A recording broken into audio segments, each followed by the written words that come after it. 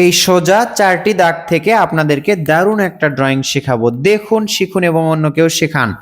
এভাবে করে এখান থেকে ভাঁজ করে এটার সাথে মেলাবেন। 3টি ভাঁজ হবে এরকম। এবার এটা এটার সাথে, এটা এটার সাথে একই রকম করে নিচেরটার সাথেও। এবার দেখুন এখান থেকে ক্রস হয়ে ওপর দিকে একটা দাগ যাবে। এবার এখান থেকে একটা সোজা দাগ হবে। দাগটা কিন্তু সোজা হবে। সোজা দাগটি এই যে এই দাগের সাথে এসে মিলবে। এবার দেখুন এখান থেকে এরকম করে 3টা ভাঁজের দাগ হবে।